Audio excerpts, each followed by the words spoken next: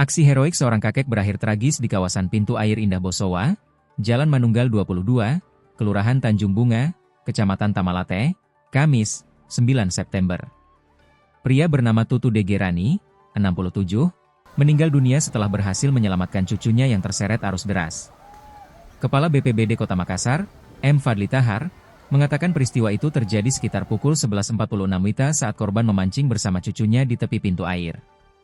Berdasarkan laporan Badan Penanggulangan Bencana Daerah, BPBD, Kota Makassar, sang cucu yang tengah berenang di pinggiran aliran air tiba-tiba terseret arus.